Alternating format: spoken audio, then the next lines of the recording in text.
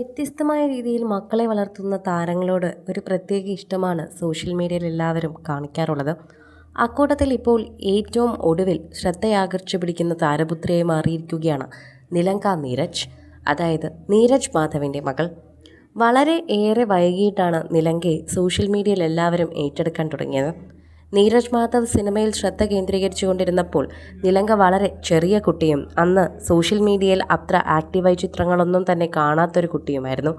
അതുകൊണ്ട് തന്നെ നീരജ് മാധവിൻ്റെ വിവാഹം കഴിഞ്ഞ് കുഞ്ഞ് ജനിച്ചതുപോലും അധികമാരും അറിഞ്ഞിരുന്നില്ല എന്ന് പറയാം.